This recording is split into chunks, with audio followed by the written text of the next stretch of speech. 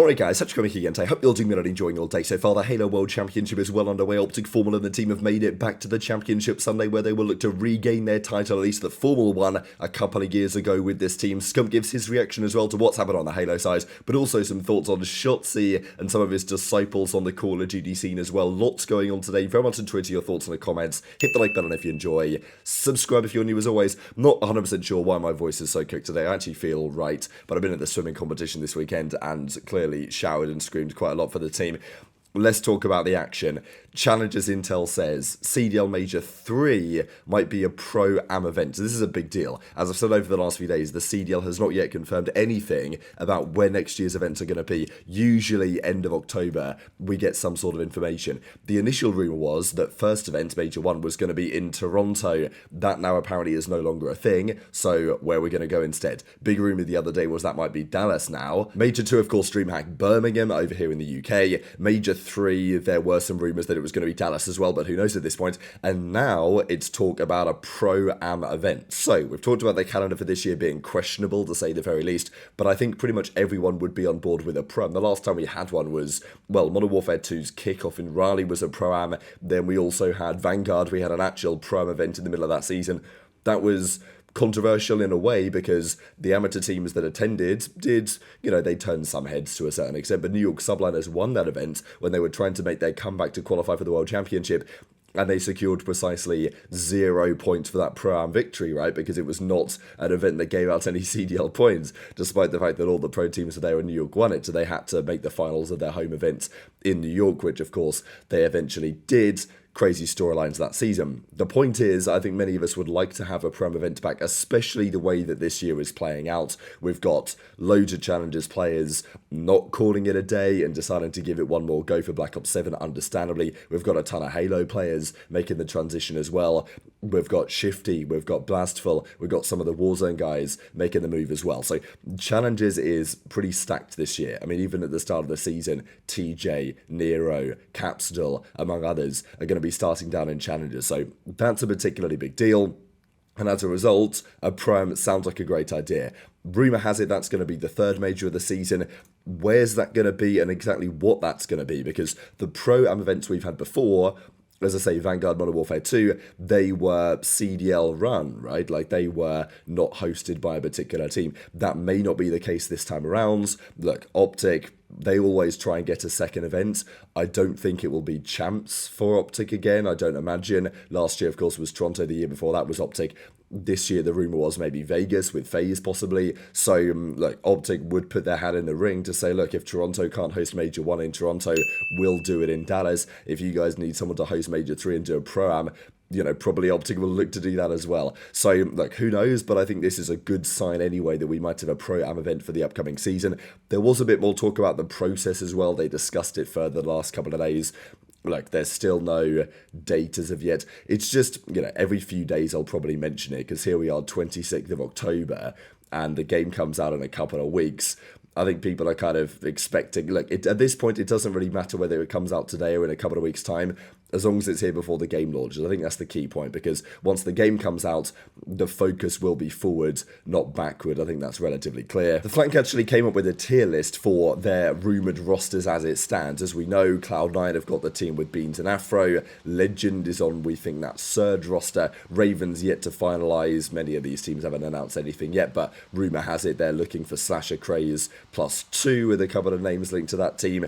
Then, of course, Estriel and Skies and the guys over at Rokkr. Lurks, of course, also linked to that Ravens team. Maybe in theory, those are the bottom 4 fighting it out to try and scrape into the World Championship. I think roughly they've got the order of this right. I think the tiers you could debate. Like, OpTic, obviously, you have to be in the S tier. Whether you think on pure talent, LA Thieves deserve to be alongside them, maybe that's a question, but I can understand why they went this way. FaZe Vegas, theoretically, best of the rest. I guess it depends how you consider that theoretical Gentlemates team with Envoy, Neptune, Sib, and Ghosty. But I think people will definitely have their opinions on that. I think Toronto could be a little better than people think, but still, Heretics, you have to be in the conversation. And then I think it's probably fair to put Boston and ReeaL in that kind of like upset, but ReeaL, like, I don't know why I said that, Falcons, whatever. in that kind of like upset potential tier. Maybe they could still make a championship Sunday or something, but I don't think there will be consistent contenders. But intrigued to your thoughts on that in the comments below. But let's talk about what's been going on in Seattle, because the Halo World Championship is very much here. Renegade won MVP of the season. Again, notable when it comes to Prime type discussions for next season, right? Because Renegade was unbelievable this year in Halo, wins the MVP of the season. FormaL says no other choice for all of Infinite, well deserved. So he's obviously not been OpTic the whole time, but now he is with them towards the end of the campaign. We know that he's potentially looking to come to COD next year. We don't really know. He might just call it a day, but there has been talk. Illy even was asked by Hex the other day, look, would you be interested in leading up a Challengers team effectively with Bound and Renegade, right, on the roster? That may be a thing. They may look to go some other route, but like FormaL has said himself, this is probably going to be his last event. Of course, we're well aware that Legend is going to Surge next year. Renegade and Bounds, obviously a big question as to what their future will be, but FormaL is looking to close out with a dub. Now, very interesting context around this Halo World Championship, because, of course, last year OpTic had Lucid, they're Trippy, those guys were around for some time. And yeah, Lucid and those guys went to FaZe, and it didn't work out, right? They got knocked out of the tournament yesterday, top 12, I think, and as Snakebite says as well, horrible way to end Halo Infinite. Sorry to all the fans that we let down. 3-0 OpTic Halo, right? Because OpTic were making a bit of a run. We'll see that in a second. But yeah, this is pretty remarkable, right? Lucid and Trippy, 2020 seconds. They won it with OpTic the last couple of years. Second with OpTic, 2025, top 12, right? So FormaL has the same placings. This year, he will do better than 12th, right? That is a guarantee. The question is where, how far OpTic can get in this big tournament. Because look, FormaL at Champs, it's always a key talking point, right? Like, especially with all the pressure on OpTic to try and deliver something and execute on the biggest championship, the very final one. It's going to be the final one of Halo Infinite. So, a couple of clips to share here, because OpTic had some big results. They played Space Station first round. They got the job done there. Then they went on to play Cloud9. This is a really important series to decide who went to the winners finals. C9, a very competitive team. We know that a couple of those guys as well have said they're interested in making the transition to Black Ops 7. Of course, that'll be in challenges, but we'll see how that will turn out.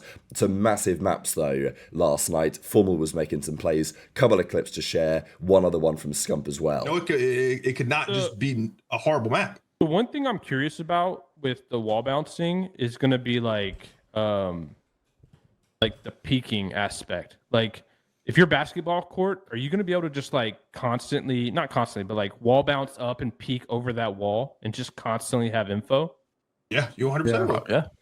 I mean, because that could absolutely change whether the map is, good or bad. Or you could be absolutely Omega. We should be collapsing. Yeah, we're gonna collapse on him. It's gonna determine the game. First kill series. Yes! H4F double grenade. Holy shit, that got scary. Wow, thank fuck. Come on, man. This is why It puts so much pressure on them. Yeah. Now C9's like, fuck. Yeah. We're about to take the lead soon. Sniper's up too. Oh, Bound, get you. Nice! Oh my god, I thought he lived. OpTic Gaming taking the lead. Come on! Nice. Yes, 3 dead. Yeah, one last push is gonna be game. That's game. I don't even know if it's fucking like possible. That's game. What a fucking clutch. Oh my god. And just like Oh my god, what a clutch. Bang! And just What a like clutch. that. Up top, Oh my bang. god. Come on. Who's buying John a steak tonight? Got him for me. The vet. And FormaL closes on GG. Let's Come fucking go, on. man. That's what I'm talking about. Good finish. Good finish. W's in the chat. The beginning was so stressful Yeah, too. that Is that a was so smile on stressful. Formy's face? Wait, was it 50-35? Yo, I needed you that. called that on the dot. I'm in my shit today. You called that on the dot. Let's go, man. Pretty gnarly moment for me to witness, of course, as the grand. Envoy, We all come from you. So. Thieves, and Shotzzy. That's right. That's right. I told him. Yo, I didn't even think about that. My graduating class are all fucking morons. Envoy, Thieves, and Shotzzy. They're all just brain dead. Actually, no, Dylan's smart. I'll give him that. Dylan's a smart guy. Tej? Oh, whoa. And then Ant, I think Ant is low-key smart. Ant is low-key smart.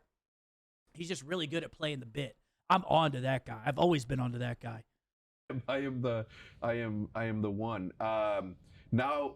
This I thought was pretty funny or interesting from Scump when he talks about his disciples as players. Obviously played with Envoy for a little while, played with TJ for a little while, played with Shotzzy for a little while as well, right? So he says, like, that's my graduating class. They're all morons. I'm sure Envoy's thinking, damn, like, what did he say F me for, right? Like, Shotzzy and TJ, okay, fair enough. But, yeah, Ant is low-key smart. He's good at playing the bit, he says. I'm onto that guy. I don't know, like, I think it goes both ways with Shotzzy. He's definitely smarter than people think sometimes. But, yeah, I don't think he's always playing the bit. Maybe sometimes he's playing the bit. I don't know if he's always playing the bit, to be honest.